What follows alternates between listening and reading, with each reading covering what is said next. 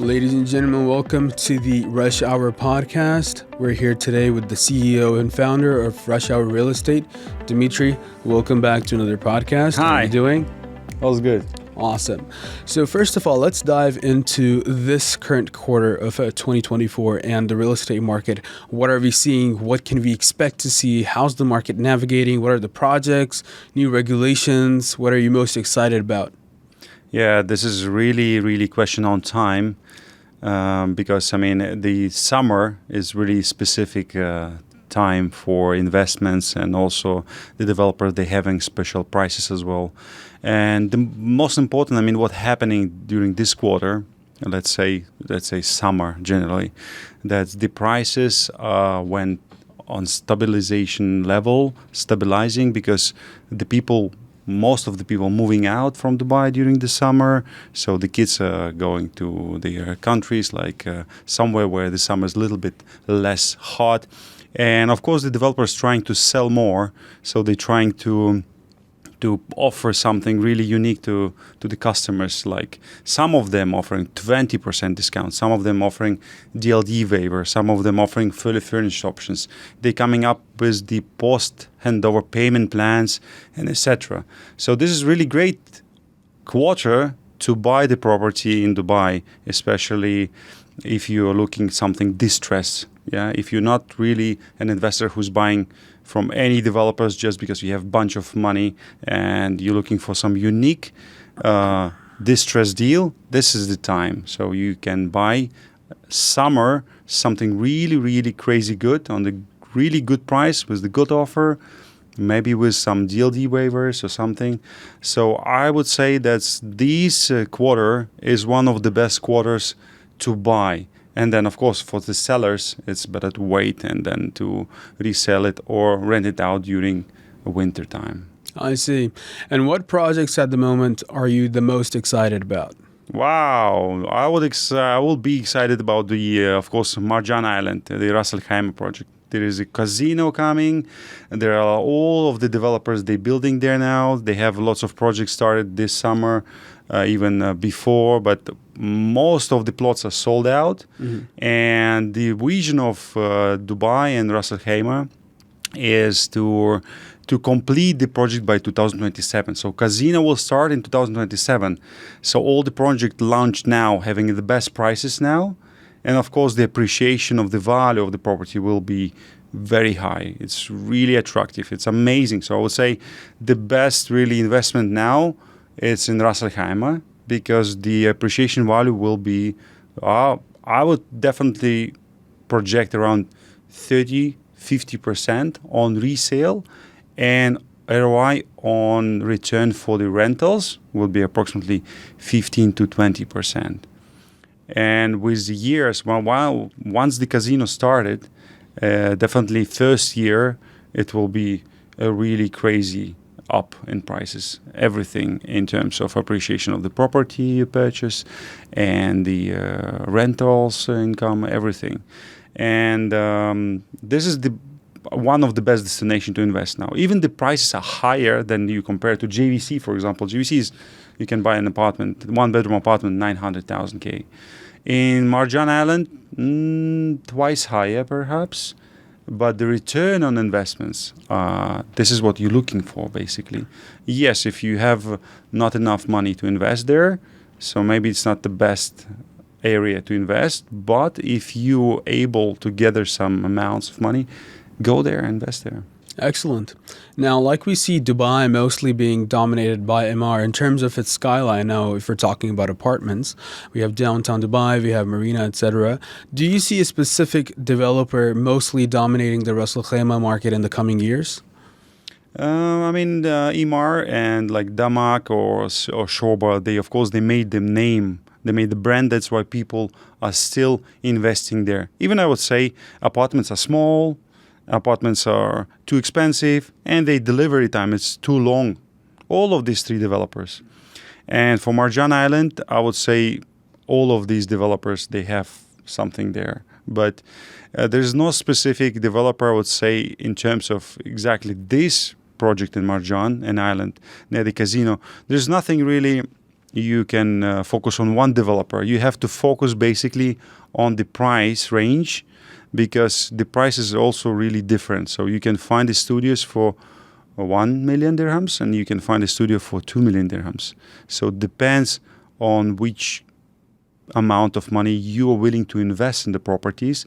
Then you can choose the investor specific strategy, how to enter the market and how to exit it. Because if you buy even 1 million property and 2 million property, appreciation will be there for sure anyway. So you will be able to gain 20-30% on whatever amount you invested. However, the amount you need to invest is much bigger, maybe from one investor to another and from one developer to another. So you have to properly study which developer offers also post-handover payment plan, maybe, so which is attractive for you to stretch your investments, so you will not put all the money down. Right. However, the good thing, if you're able to put down payment more, the most of the developers, they're offering bigger discounts. So this is also one of the most important things. However, the EMAR and the MAC, they're not giving you much space for this. So there are more other developers who can give you these options, like payment plans, maybe fully furnished, even DLD waiver as well. Right. So this is very important. I see. And in regards to Ras Al Khaimah expanding the real estate market, we're going to see, much more prominent skyline of Ras Al Khaimah in the coming years.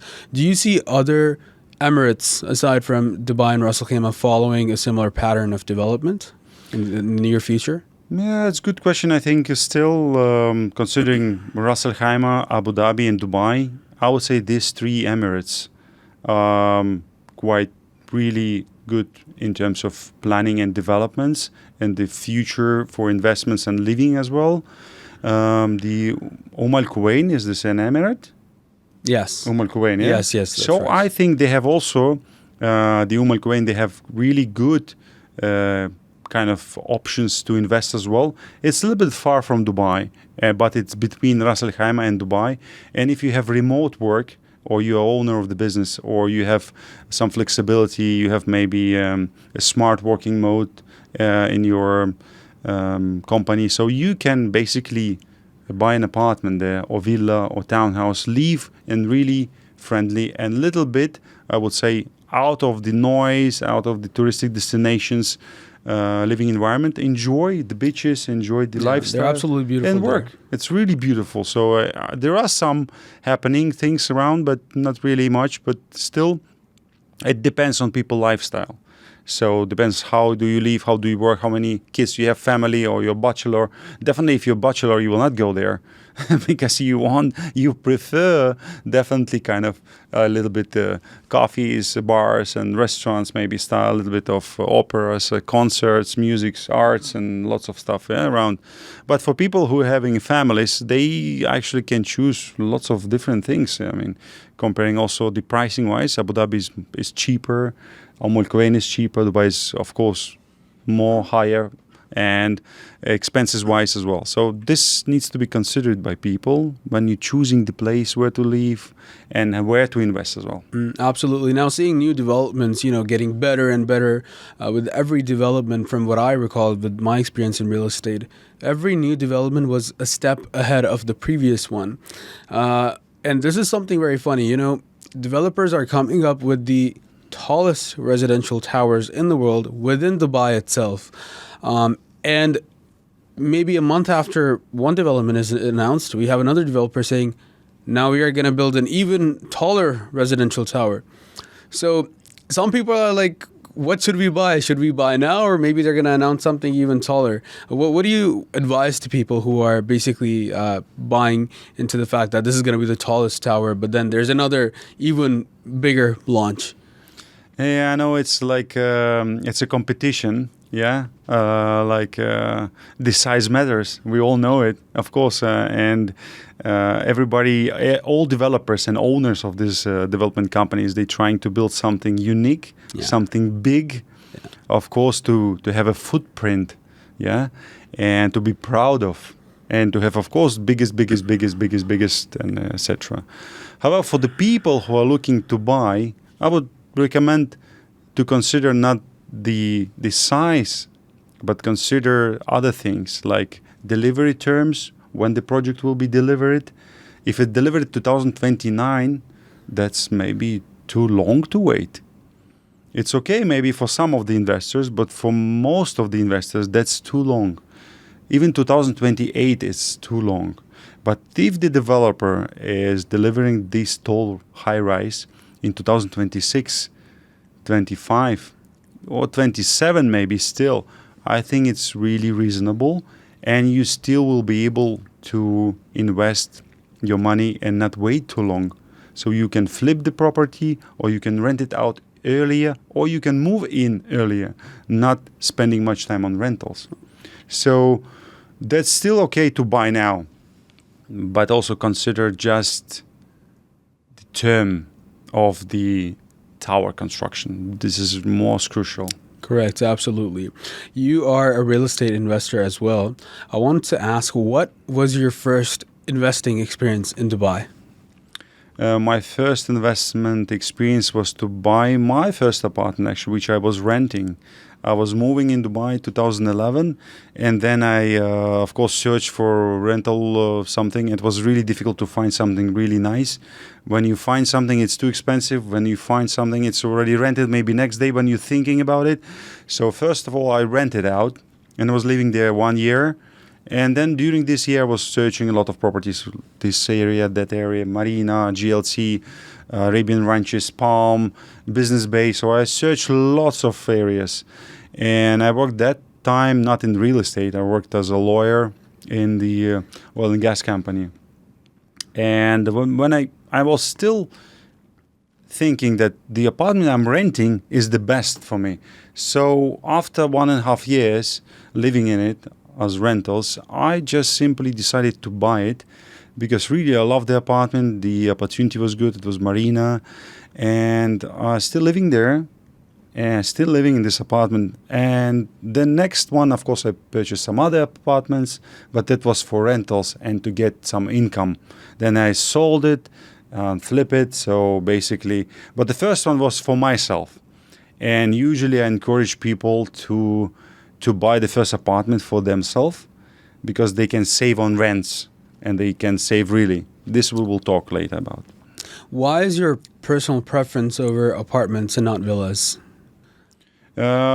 Me personally, I think the villa is it's nice opportunity to live in, but you have to consider a lot of things in Dubai. For example, when it's getting hot, the roof of the villa is getting heat too much. Right. So you have to utilize the AC a lot. And sometimes you cannot go outside anyway during summer as well. So the space outside is useless for 4 or 5 months. And then you use it for 6 months as well.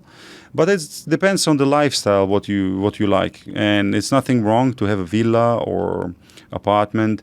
So for me, I like the urban lifestyle. Personal preference. Yeah, my personal preference is urban lifestyle. But I think it's also a great experience to have a villa and live there. Or it's better maybe you have a villa, you have an apartment, and you move around. Yeah. What do you like? Yeah, absolutely. So maybe that's an option. Yeah. True. Now, you were initially renting when you were first in Dubai. Exactly. Now, for, let's say, a 30-year-old watching who has been working in Dubai and is currently renting, what would you say to encourage them to instead buy in Dubai and not rent a property? It depends on the person. The first thing they have to understand that Dubai, if you have a steady income here, then of course you definitely have to buy. And if you're planning to stay here longer, like 3, 5, 6, 10 years, that's your plan, definitely buy an apartment or villa or whatever, depends on your income. Why? Because first of all, the bank interest rate, let's say 4%, 4.5%, the bank interest rate. However, the interest rate on rentals is like 10, 7. So basically, the money you're paying to the owner when you're renting is 10%, and the bank gives you 4%. So better pay to the bank 4% when you will own your apartment and you're renting money from the bank. So you're saving 6%, yeah, let's say. but you're also still paying for your apartment. Yeah. Yeah. So that means you're saving 6 or 5% at least when you owning your apartment and paying to the bank. So, and of course, you have to consider buying smart. So, considering your income, the long-term working opportunity, employment or business, and the area, of course, the quality of the building. So choose smart, but definitely between rentals and owning, I would definitely recommend owning apartment. Absolutely. Now, moving into a different direction, I would like to ask you, what is the most valuable lesson or advice you've received in your career? Don't stop. I mean, don't stop, because when you stop, you can be working on something, on any project, wherever you're in the gym or whatever you start your business or whatever you start chasing girls or whatever you start learning. And if during the process you tired or you become non-motivated and then you just stop after, let's say, some time, you will not reach the level you wanted. You will not reach the success. You don't reach the result. But the result may be just one day next to it. Just one day next, one maybe year next, maybe 10 years next. Depends on what kind of target, what kind of things you want to achieve. So don't stop. Just keep on going. If you believe in the idea, if you believe in what you're doing, whatever you want to achieve, just keep going. Do you have a real life example or an incident where you... Definitely. I mean, anything, whatever I achieved in my life, even this real estate business, let's say. So when you're starting, there are lots of questions because you know the market is crazy. There are thousands of companies. How am I gonna compete with these guys? It's a headache. Oh my God, what should I do? What should I do? The expenses there, you have to pay licenses, you have to hire people. You don't know which developer you have to get the contract with, which platform you're gonna use, and there are all expenses running out there and here. And at the side of this, you have family, you have other things, and many things coming up. But we already like more than 1 year old company. We have 6 people in our company already, and we're moving forward. And there was some hard times, there was some good times, but just still keep on going. And this concerns everything. It's just a small example, but everything. The next example, I would like to give you one more example. It's like you're going to the gym. If you go one day to the gym, you see result? No. It's like frustrating. Yeah. 2 days? No. 1 week? No. Then what the hell I'm doing in the gym? Why I should go to the gym? There is nothing happening to me. But you have to be patient. Just keep going. If you will stick to the gym, to the diet, normally, not too crazy like 5 hours in the gym every day. No, just, normally, let's say. But if you will stick to your routines, in 3 months' time, you will see definitely amazing results. Anyone, any person in the world.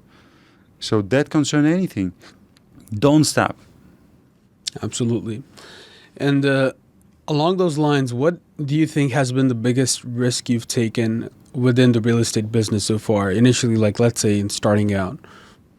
The biggest risk is, every risk is the big risk, in real estate, because it's your personal choice and no one is responsible for your choice, and you're taking every time a risk. But and starting the company was my biggest risk, actually, I would say, because you're starting fresh, you have thousands of competitors, and you have really strong players on the market. So for me, that was the biggest risks. Yeah. Right, absolutely.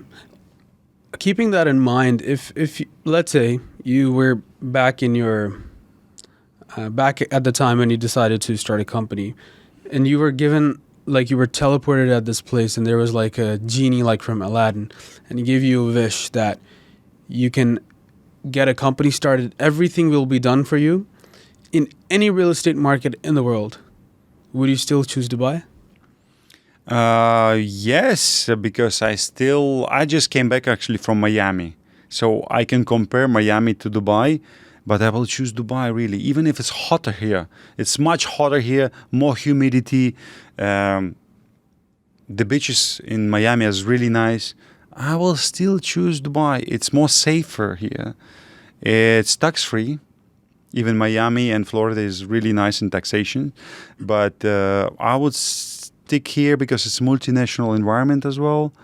And I love the idea the Dubai government takes charge of. So they plan what the vision is amazing. So and what they achieved already so far, 2024. Yeah. If you will look to Dubai 2012 and now 2024, in 12 years there's so much. And what will happen in the next 12 years, I can just imagine. That will be something really crazy. So I love to stay here, and I definitely will not change Dubai for any other places at this moment. So I'm considering this my home and the best place to be for young, ambitious entrepreneurs, people who want to live in the environment, to acquire some skills, get some new friends, and basically move forward and be in the best city, which enjoys and attracts everything: technologies, money, environment, people, and everything. It really is. It really is.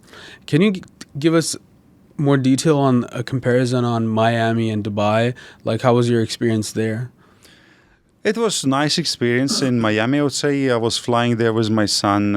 He was attending a junior world golf competition, a championship in Florida, Under Armour, and he got actually 8th place. So it's really nice achievement for him. He's 14 years old. So, and the Miami comparing to Dubai is very big. I mean, the Miami itself, from one side of the city to traveling to another one, from east side to Palm Beach, it took me 1.5 hours. Oh, really? So here in Dubai, I will reach Oman maybe. Yeah, actually. And it's a city, complete city. It's not just the spots. It's not like different cities in Dubai, like GVC or Marina or Palm. So not like in areas. It's like complete city, like complete full of houses and infrastructure. A little bit messy for me. But the beaches are beautiful. It's like Bahamian sand, white sand on the beach. Really nice sea. I was expecting really worse things there, like dirty stuff, dirty water, unclean, something really environment kind of crazy. But I really liked it and enjoyed it a lot. Coffee shops and people really friendly, really nice. But I like Dubai more.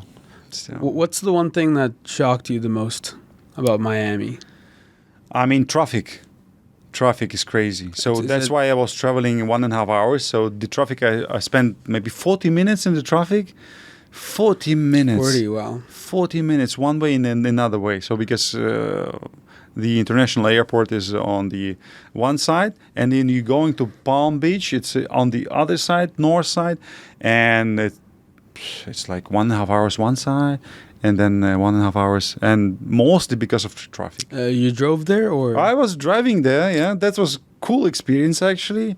Really nice. Similar to Dubai in terms of driving habits of people, or? Driving habits are absolutely fine. In Dubai, a little bit, I think, more extreme, because there are lots of different styles of driving. And we know, many of us know how people drive here. Yeah. Very crazy. And but the roads are in Dubai much, much better. So the quality of the roads and enjoyment when you drive in Dubai roads, that's amazing. In Miami, not so bad, but still it's a little bit, I would say, bumpy and a little bit of messy, and the roads are not so new and they're a little bit old. So the driving is a little bit not so enjoyable, generally speaking, including traffic, of course. So, coming back to comparing the markets, a lot of people compare Miami with Dubai because it's a very booming market. It's been a very booming market for a long time. But we then notice one thing, that Dubai has, perhaps, if I'm not mistaken, the most amount of branded properties, and I feel like a lot of other real estate markets, other cities are trying to follow suit in this. But I guess there's just too many brands that trust Dubai. I mean, there's lots of similarities in Miami and Dubai. Beaches, sea, high rises, lifestyle, similar, really similar kind of lifestyle and environment. However, in Dubai, I mean, you still have a lot of, I think, opportunities to build something unique. Yeah. This is for developers, yeah? Because in Miami, the regulations in US are much tougher, I think. Oh, really? I think so, considering the laws in US and considering the approval cycles for developers and all the things. I think it's more complicated. In Dubai, it's fast-moving environment. And what we see in Dubai, why it's so fast-moving and growing city? Because it's fast-moving environment. The government is really quick in taking decisions. Yes. In Dubai, even COVID times, how long it took to eliminate the situation and make it friendly for people. Quick, very quick. In all the rest of the world, it took 2 years. In Dubai, 2 weeks maybe. Come on, 2 weeks comparing 2 years. And this is concerns everything. And I believe that in Dubai, the government is taking really a good approach. So they are not trying to make a bureaucracy too much heavy here. Exactly. Yeah. So the bureaucracy is quite. There is something, but it's very quick. So it allows you to act and engage very quickly with your ideas, with your investments, with the people, and people like it. So that's why people coming here and all the brands as well. So it's allowed them to build something very quick and sustainable and really nice. Yeah. And You know, beautiful. that reminds me, my uncle is trying to get his property in Pakistan registered for the past 2 years. Wow. And he's still struggling. 2 with it. years. Yeah. And I was actually, because he told me this, and I looked at a list of countries by how long it takes you to register a business, register a Yeah. company, register a property. And for many countries, it's actually months, sometimes even more than a year. And I think that's part of the reason why Dubai is so successful, because it's very easy to do things here. There's Exactly, minimal yeah. bureaucracy, minimal effort. Yeah, and all things mostly electronical. Exactly. I mean, okay, you have to come to trustees, but if you're buying from developer, you don't even need to come to developer.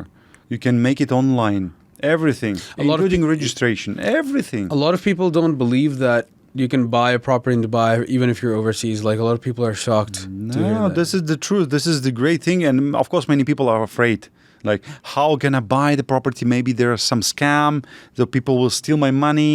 But if you deal, I mean, with the registered, licensed brokerage company, like Rush Hour or any others, or directly with developer, the money goes to a escrow account and everything is regulated. I don't know personally any scam example, never heard anything about real estate transaction which was the scam. I know that some of the developers, they failed to complete the projects, but that was in the past when there was 2008, I think, a real estate crash. But since that time, Dubai implemented the system with escrow accounts, with other things, which allows people really to be protected, and they control all the construction progress and money giving back to the developer. So all the customers must be assured, so nothing happens with the money. Absolutely. Now, what is one client's interaction that you've had in the past that changed your outlook on real estate or perception, or just taught you something very valuable? I mean, while I'm starting dealing with every client, I'm trying to pick up something from every client because they bringing me exactly what the client's looking for.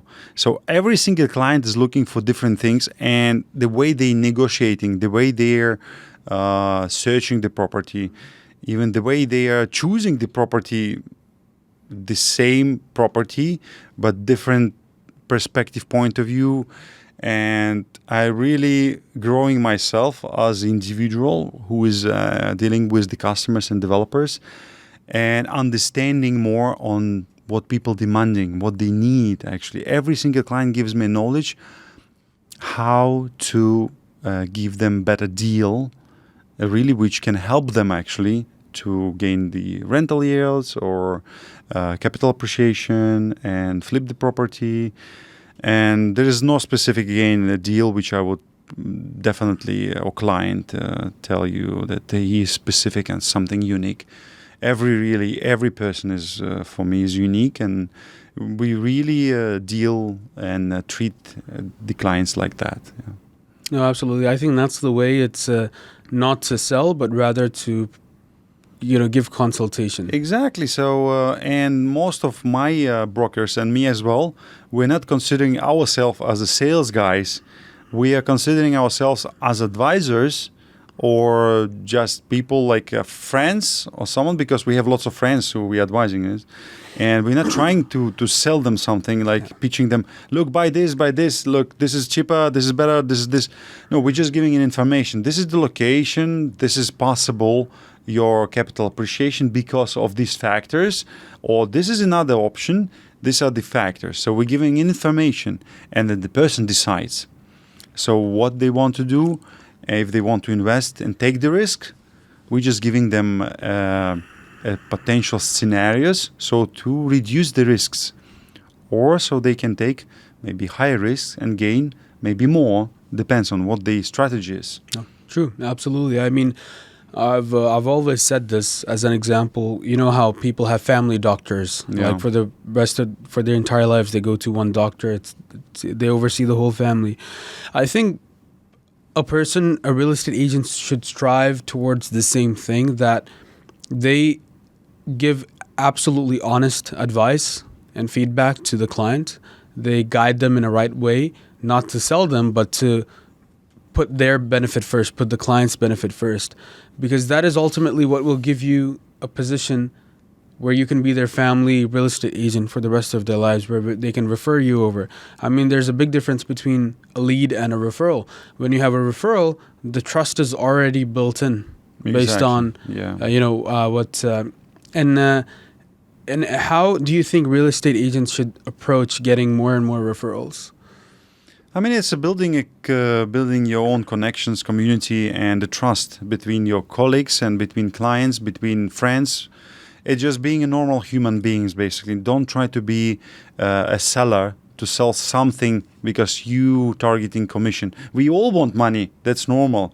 But when you simply treat everybody as your friend, at least like another human being, without trying to sell him something and gain from him, we all need actually something from everybody, but in normal way, in the good way. Yeah. So the treating people in the good way is, I think, is a key.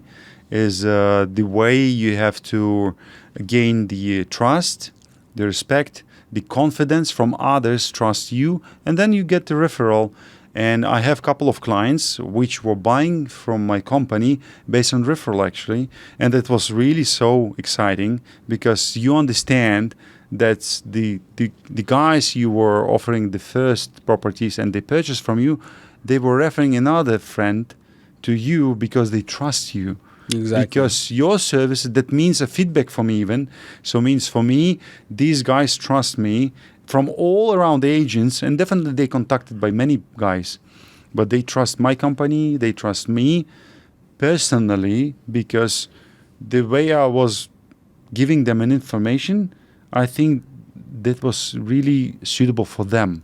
Maybe not suitable for someone else, but for these guys, that was really enough to make at least referral. I see. And a part of being a real estate agent is, first of all, presentation skills, how you talk, product knowledge, technical knowledge about the laws and regulations. But out of all of these things, which skill do you think is the most important in a real estate agent, if you were to pick one? I think it's a desire to become someone. So the same, we're coming back to the advice, don't stop. So I have a new person actually in my company now, Ruslan, and he came from a different background completely. But already after 1 month, he's getting more confidence, I can see. So he getting skills in presenting him for the video shoots, to present the properties. Also, he getting skills for easily talking to people, not being afraid to ask them questions, because it's also really a little bit difficult for a normal person. Like if you're dealing in the office with the software, for example, you always like on the computer, not talking to people much. Yeah. Then you have to talk to people on the phone, calling them, hello, I'm Dmitry. I got an inquiry for this property.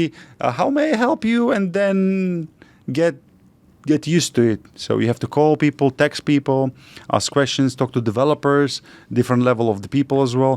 So basically the skills, you can get the skills. The most important skill is, and I would say just a desire to become the real estate agent, broker, partner, or the salesperson. So, and then you get the skills. And if your desire is just simply to get the money and not to become best person in real estate and best agent, then I think it will not really much work, because you will be focusing only on money but not on improving yourself. Better focus on improving yourself and the process itself. Enjoy the process, and still you will definitely make money there. And I think this applies even beyond real estate, with anything that you do in life. It's Exactly. I mean, this is general rule. There is no specific rule for becoming a real estate agent. I truly believe, my personal beliefs, in that you or me can become anyone. If you want to become an artist or actor or real estate agent or politician or even a president of the country, in your country, for example, it's possible. But all you need to do is just move this direction and really hungry, focused, and don't half-ass it. If you don't half-ass it, you will reach this destination in 10 years maybe, in 1 year maybe, in 20 years, but you will reach it definitely. So I truly believe this is concerns anything in life. Whatever you want, there is nothing impossible. I totally agree. Yeah. Now, a very interesting question is that rush hour real estate. Now, let's say you are developing a project, okay? You can do it anywhere in the UAE, and let's say you have an unlimited budget. Let's say not unlimited, maybe max $10 billion, okay? What are you going to make? Is it going to be a building? Is it going to be a community? What would your ideal dream project rush hour look like? Actually, I would really, when I came here to Dubai, and Dubai World Islands, we know this magic archipelago, let's say, artificial one. It consists of lots of islands, and it was, I would say, abandoned at that time. And then now they're constructing some hotels there and here. But my idea at that time was to merge all these islands, connecting them to each other, and creating there a big mall with the huge tower in the middle. That was crazy. But look, it could be a resort as well, a resort around with the beaches, connecting all these islands together with the bridge to the mainland, with the high-rise in the middle, with the mall and villas around. So to connect this one and make something unique, a big island, the world island, let's say, and the world mall, something like that. Yeah, I mean, that absolutely. I believe that was the idea 10 years ago. I still believe. I think they are on the way to connecting the islands. Yeah. And it's a very interesting concept. Like, you have a whole country, you've got countries, you can make projects with those themes on them, and, yeah, because I mean, that was an idea 10 years ago. I would consider, of course, I have lots of crazy ideas, and when we will become a developer, we will definitely have this conversation, let's say in 5 years, I assume. That would be really cool to see how far we can go and what we're going to build. I'm pretty sure it will happen because we're moving there. It will not happen immediately, but this will happen for sure. You are in Dubai, let's say on Sheikh Zayed Road, for example, and far off into the ocean, you see a building. Like a high rise. That's rush hour. Oh my God! Yeah, like even in the water. So it's insane. I mean, this is crazy, huh? How is this crazy? I've actually visited the Swedish mansions in World Islands, and it's absolutely amazing. Like, I think it's actually, for certain people, it's quite a good investment as well. Like, you have your own island and complete privacy, and it's not that much far away from Dubai. You just take a boat ride, maybe a helicopter, and you're already there. Yeah, if you're, I think, a multi-millionaire, like a billionaire type, kind of, and definitely you can, I think, do anything. And like an attraction. I don't think people will live there because it's not. You will not communicate every day, 1 hour or by helicopter. Holiday home, probably. Holiday homes like a Maldives, private Maldives island. I think so. Yeah. Billionaire specifically. I mean, you could have a billionaire from a certain country. They can buy their island and make a very big mansion on there. I thought actually these whole islands already sold out, but I think they were reselling it and they're developing it, and then now they're building something really unique on some of the islands, some hotels, some like these mansions and etc. So different ideas, I think, and I truly believe the casino also will be there soon. I Probably. truly believe so. Yeah. I mean, this is an amazing place to have a casino. Yeah. If not, and they will hear me, they will build them on there. No, I will build there for sure. If I would be the one of the governmental officials, I would suggest this, like, let's build the casino there, because, I mean, it's an amazing place to attract people. Thousands of tourists will come there for sure. And it's really amazing place. Like, where else? I mean, for me, this is one of the best places to build. But they have already plans, I'm pretty sure. Of course. I think plans for the next 50 years, we never exactly. know. Speaking of which, what's your opinion right now going forward with the Palm Jebel Ali? The Palm Jebel Ali, this is a good thing. The Nakhil started sales there, and some, I think, also private developers as well. But this is very long, very, very long-term investment. Even if you buy the villa now, can you imagine how long it will take to populate all the palm? Yeah. That's like maybe 25, 30 years, I think, in my opinion, because comparing to Jumeirah palm, how long it took to develop whole palm. Even now, it's still under development. Some of the areas are still under construction. And that means approximately, and the Palm Jebel Ali is twice bigger or 3 times bigger. I think It's twice, yes. Twice for sure. So that means minimum 20, 25 years. If you have this time, I mean, why not? But this is very long term, but I think it will be very unique as well. So it will be more modern, more better. I think they will try to avoid those mistakes they made on the Palm, of course, Right. Jumeirah. So the Palm Jebel Ali will be, I think, twice bigger and twice better. That's for sure. Now, let's say you have a hypothetically 100 million dirham budget or $100 million budget. You can buy anything anywhere in Dubai, for example. Or let's say in the world. What are you going to buy and where? I mean, I will buy in different directions. I mean, as diversifying your portfolio, definitely I will buy in Ras Al Khaimah, in Marjan Island. I will buy on the Palm. I will buy definitely on the Palm Jebel Ali, but I will buy the land most probably there. So to keep this land for long-term investment, because if you have $100 million, that's a lot. So you can buy your house, you can buy investments for long-term, short-term rentals there and here. So you have to buy, I think, like even you have less money, diversified things. Like long-term, short-term, different areas, different range, different pricing. And this will allow you to minimize the risks and also leverage on resale, on rents or whatever. So I will definitely buy something in Miami? No, I'm joking. Actually, I would not buy in Miami because it's really, there is no sense because you have everything the same in Dubai. And you can go there for a summer vacation maybe, but you don't need to own there. I mean, you will not spend too long time there, I think so. And it's better to travel around the world. There are so many places, beautiful. So when you will not own every single home in so many places. So it's better just to enjoy and owning maybe your home somewhere and then just rent, because if you spend 1 week there, 2 weeks there. So nowadays, the world is different than 20 years ago. People were buying holiday homes because they were coming there permanently for 2 months. The travel was not so easy. Yeah. The country's regulations are more difficult. So now people, I think, prefer more to rent short term, then stay 1 week there, travel a little bit here, there. It depends. I think Dubai differs from a lot of other markets in the fact that, you know how like a market has a trend like the New York market or the Hong Kong market. I think Dubai has markets within itself which are different, one market is doing different from the other, or rather areas. I mean, wouldn't you agree with that?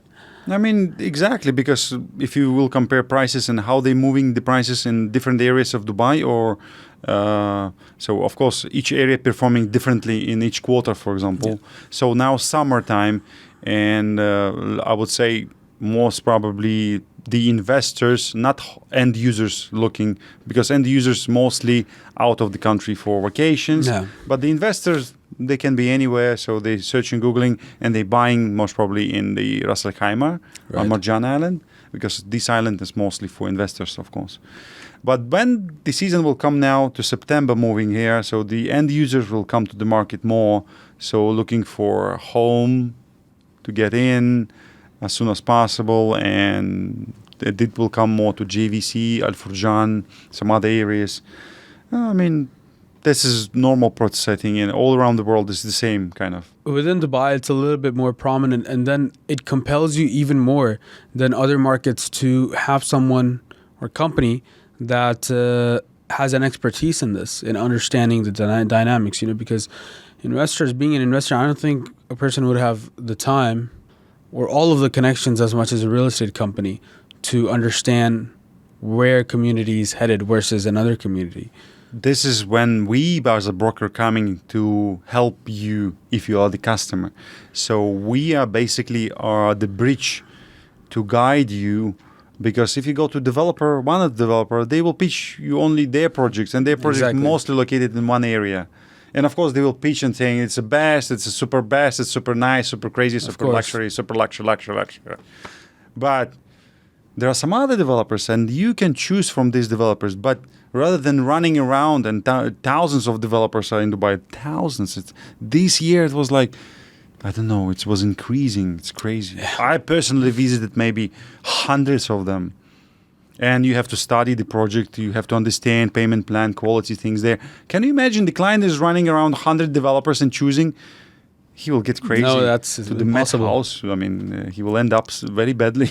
So I'm also getting a little bit crazy, but still, I mean, we are here to support the clients to choose right things based on his criteria and the investment strategy, and we advising. We're not pitching one single developer just because we have good relationships with this developer. We have good relationship with every developers. That's what our aim, and with all the customers. And we providing fair information. And as I said before already, we can give even better offers to our customers, at least 2% less than any developer. And you can try us. Bring us your offer from developer, and we will give you 2% below this offer. On that note, what would you say are your, I want to say one, but I'll give you three. What would you say are your top three favorite projects in Dubai, off plan or ready, aesthetically, in terms of appearance? Which one would you say you like the most? I like Jacob & Co. the most, because it's famous watchmaker brand. I love Jacob & Co. Famous watches. I don't have one yet, but hopefully soon maybe they will give me a gift. But it's really amazing design, location-wise. The tower is the tallest residential tower in the world, and the price is really crazy. So for 3,500 square foot apartment, 2-bedroom with the private pool on the terrace, you're paying only 2,000 dirhams per square foot, which is unbeatable for the quality, for the location, for the size of the apartment and amenities.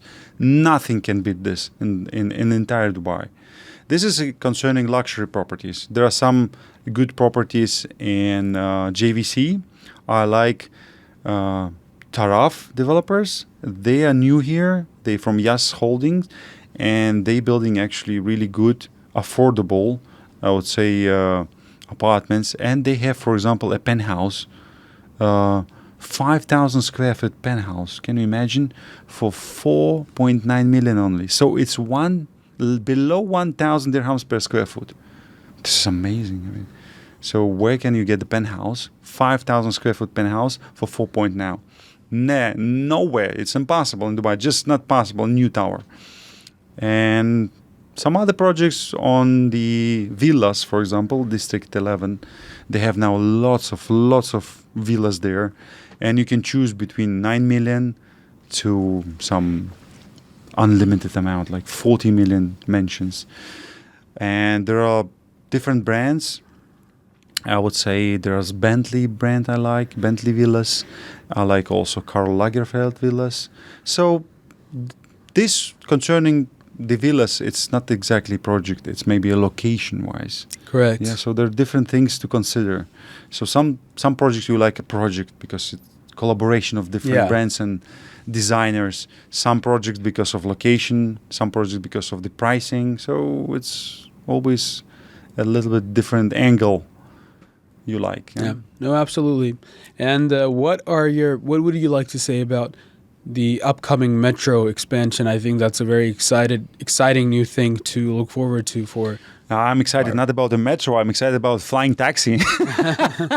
For me, metro is not exciting anymore because why should I get the excitement on the metro? I know already metro, but for investor that makes sense. So investors might look to the areas they invest and where the new metro line will go. And it's really a method to consider in tick box because it will definitely add to the appreciation of the property value. So because people will be definitely looking for properties to live in or rent out close to the metro stations. Even these developments will be far from known well areas. For example, it will be in Dubai South, let's say, yeah, or somewhere else, where the metro is not yet built, but will become there. So it's nice. Even for Jano GVC, the metro will be going through there. Yeah? So it's really nice as well to consider location and the future developments and infrastructure. So maybe now there is a jam, maybe there is a traffic now, and it's really bad, really bad. And GVC is in this way, it's really crazy. People are complaining like, oh, I cannot go out for 30 minutes from JVC in the morning, bringing my kids to the school.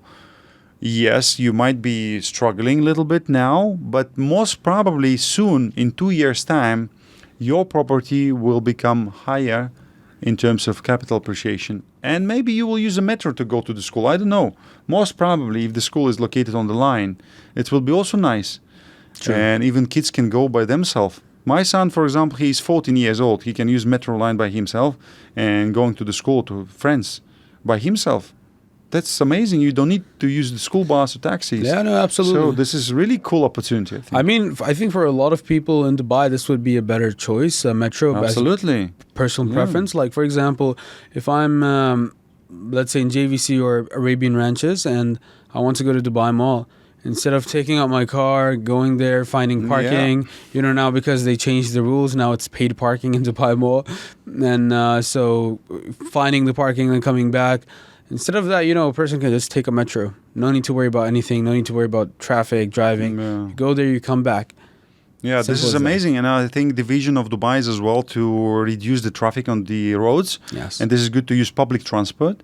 I think it's really good approach and one of the most important things for the city itself to make the environment and the traffic less stressful, because it's really stress when you're in the traffic with the kids and it's heat and you have a time there and here you have to bring kids to the training sessions after school, to the school, meet your husband, meet your wife, meet your friends, meet your business partners. Crazy, huh? So, but these kind of things will really help people and help Dubai to become better city, yeah, and easy to live in. Dubai is very proactive. Anything that needs to be improved, they're quick at making decisions. And I think we get used to Dubai and we get used to how good it is.